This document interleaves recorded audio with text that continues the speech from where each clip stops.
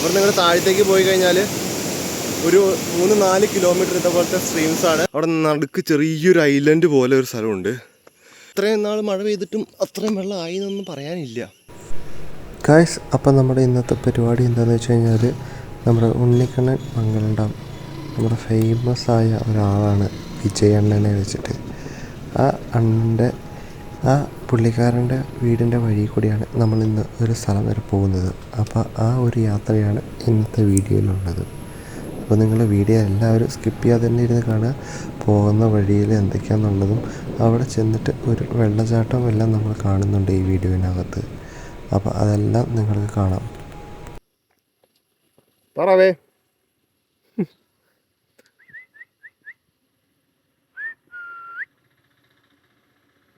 ഒറ്റയ്ക്കാണ് തോന്നുന്നുണ്ട് പാവം.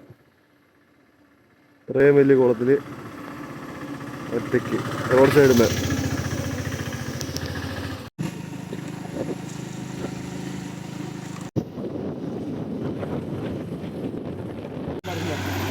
ഇപ്പോൾ നമ്മൾ വണ്ടി റോഡ് സൈഡ് ആക്കിയിട്ടുണ്ട്. റോഡ് സൈഡ് ആക്കിയിട്ട് ഈ കാണുന്നതാണ് മംഗലം ഡാമിൻ്റെ ഒരു അതിർത്തി എന്ന് പറയുന്നത്. ഈ വഴി നമുക്ക് കയറിയത് ബാക്ക് വശമാണ്. ഇതിൽ കയറി കഴിഞ്ഞാൽ ക്യാഷൊന്നും കൊടുക്കണ്ട, ഫ്രീ ആയിട്ട് കയറിപ്പോൾ. ഇവിടെ ചേച്ചി മുളക് ഉണക്കാട്ടിട്ടുണ്ട്. ഇവിടെ ആൾക്കാരിങ്ങനെ വരണതാണ് കേട്ടോ. ലോക്കൽസിനൊക്കെ ഇവിടെ സ്ഥലം അറിയാവുന്നവർക്ക് ഇതിൽ തന്നെ പോയിട്ട് വ്യൂ ഒക്കെ സിമ്പിളായിട്ട് കാണാം. നമ്മളിതിൻ്റെ മുകളിൽ കയറി നോക്കാൻ പോകും. പോണത് വേറെ സ്ഥലത്താണ്. അപ്പോൾ പോണ വഴിക്കാണ് ഈ മംഗലം ഡാം എന്ന് പറയുന്ന സ്ഥലം. അതായത് നമ്മുടെ ഫേമസ് ആയ ഉണ്ണിക്കണ്ണൻ മംഗലം ഡാം എന്ന് പറഞ്ഞ വ്യക്തി ആളുടെ സ്ഥലമാണിത്. അതെ, ഇതാണ് മംഗലം ഡാമിൻ്റെ ബാക്ക് വശത്തെ വ്യൂ എന്ന് പറയുന്നത്. ഇവിടെ ഇപ്പോൾ വെള്ളം കുറവാണ് കേട്ടോ.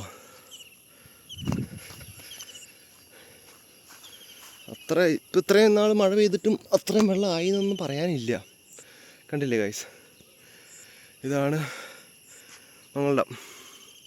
അവിടെ നടുക്ക് ചെറിയൊരു ഐലൻഡ് പോലെ ഒരു സ്ഥലമുണ്ട്. പിന്നെ അതാ കുറേ ഇതേപോലെ ഐലൻഡ് പോലെ കിടക്കുന്നുണ്ട്. അത് അടിപൊളിയായിട്ടുണ്ട്. എന്തായാലും അതിൻ്റെ മുകളിലായിട്ടൊരാളുടെ വീടും വെച്ചിട്ടുണ്ട്. സൂമി കാണിച്ചിടാം. അവരുടെ വ്യൂ എന്തായിരിക്കും അല്ലേ രാവിലെ എണിച്ച് കഴിഞ്ഞാൽ കാണുന്നത്. ഇത്രയും വലിയൊരു വാട്ടർ ബോഡി. ഇവിടെയൊക്കെ ഫുള്ള് വെള്ളമാവണ സമയമുണ്ട് കേട്ടോ. നല്ല മഴക്കാലം ആകുമ്പോൾ ഇതൊക്കെ വെള്ളത്തിനടിയിലാവും. നമ്മൾ പോണത് എവിടെയാണെന്ന് വെച്ച് കഴിഞ്ഞാൽ ആ കാണുന്ന മലയുണ്ടല്ലോ, ആ കാണുന്ന മലയുടെ മുകളിലേക്ക്. അവിടെ ഇപ്പോൾ മഴയാണ് തോന്നുന്നത്. നമ്മളിവിടെ എത്തുമ്പോൾ എന്തായാലും മഴ ഉണ്ടാവുമെന്ന് എനിക്ക് തോന്നുന്നത്.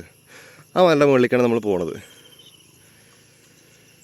നമ്മൾ അവിടെ താഴെയാണ് വണ്ടി വെച്ചേക്കണത്. അവിടെ നിന്നാണ് നമ്മളിങ്ങോട്ട് വന്നത്. തിരിച്ച് നമുക്ക് അങ്ങോട്ട് തന്നെ പോവാം. ഇവിടുന്ന് ഏകദേശം മംഗലം ഡാമിൽ നിന്ന് ഏകദേശം ഒരു 14 കിലോമീറ്റർ ഉണ്ട് നമ്മൾ പോണ സ്ഥലം. ആ സ്ഥലത്തിൻ്റെ പേരാണ് കടപ്പാറ. കടപ്പാറയിൽ കാണാൻ എന്താണെന്ന് വെച്ചുള്ള വെള്ളച്ചാട്ടവും ചെറിയ ചെറിയ അരുവികളൊക്കെയാണ് കാണാനുള്ളത്. നമ്മൾ അങ്ങോട്ടാണ് പോണത്. അപ്പോൾ നമുക്ക് എന്തായാലും പെട്രോൾ അടിച്ചിട്ട് ഇനി ബാക്കിയത്തെ യാത്ര തുടങ്ങാം. അപ്പോൾ ഞാൻ പെട്രോൾ അടിക്കാൻ വേണ്ടിയിട്ട് മംഗലം ഡാമിലുള്ള പെട്രോൾ പമ്പിനകത്ത് വന്നിട്ടുണ്ട്. ഇവിടെ നിന്ന് നമ്മൾ ഏകദേശം ഒരു 100 രൂപയ്ക്ക് പെട്രോൾ അടിച്ചിട്ടാണ് നമ്മൾ കടപ്പാറ എന്ന് പറഞ്ഞ സ്ഥലത്തേക്ക് നമ്മൾ പോണത്.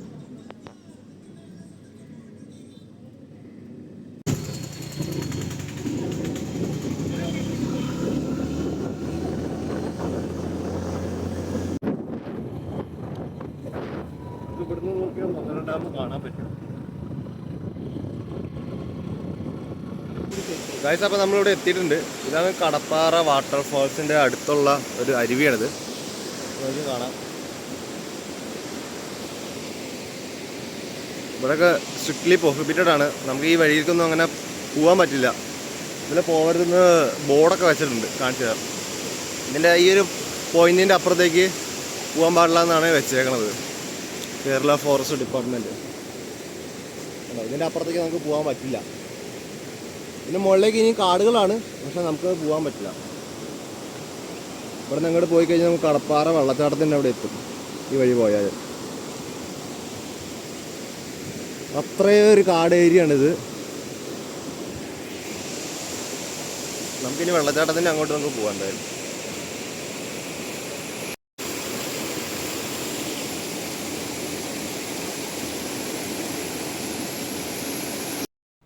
അപ്പോൾ ഈ കാണുന്നതാണ് കടപ്പാറ വാട്ടർഫോൾസ് എന്ന് പറയുന്നത്.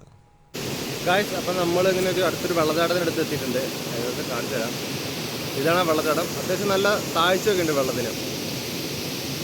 നമ്മൾ കുറേ ഹൈക്ക് ചെയ്ത് വന്നിട്ട് കിട്ടിയ സ്ഥലമാണിത്.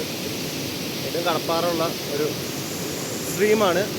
അത്യാവശ്യം കുഴപ്പമില്ല, എല്ലാവർക്കും വന്ന് കുളിക്കാനൊക്കെ പറ്റിയ സ്ഥലമാണ്. പക്ഷേ ഇറങ്ങുമ്പോൾ നോക്കിയിറങ്ങും, ഇതിനകത്ത് പണ്ട് ആൾക്കാരൊക്കെ പെട്ടിട്ടുണ്ടെന്ന് പറഞ്ഞു കേട്ടിട്ടുണ്ട്. അതുകൊണ്ട് എല്ലാവരും വരുമ്പോൾ ഒക്കെ ശ്രദ്ധിച്ചിട്ട് വരിക.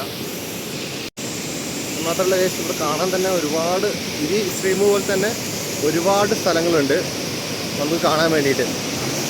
ഇവിടെ നിങ്ങൾ താഴത്തേക്ക് പോയി കഴിഞ്ഞാൽ ഒരു 3-4 കിലോമീറ്റർ ഇതേപോലത്തെ സ്ട്രീംസാണ്. അതേപോലെ ഈ വെള്ളച്ചാട്ടങ്ങളൊക്കെ ഉണ്ട് ഇതിൻ്റെ ഇടയിൽ. അപ്പോൾ കാണാനായിട്ട് ഒരുപാടുണ്ട് ഇവിടെ തന്നെ വന്നു കഴിഞ്ഞാൽ.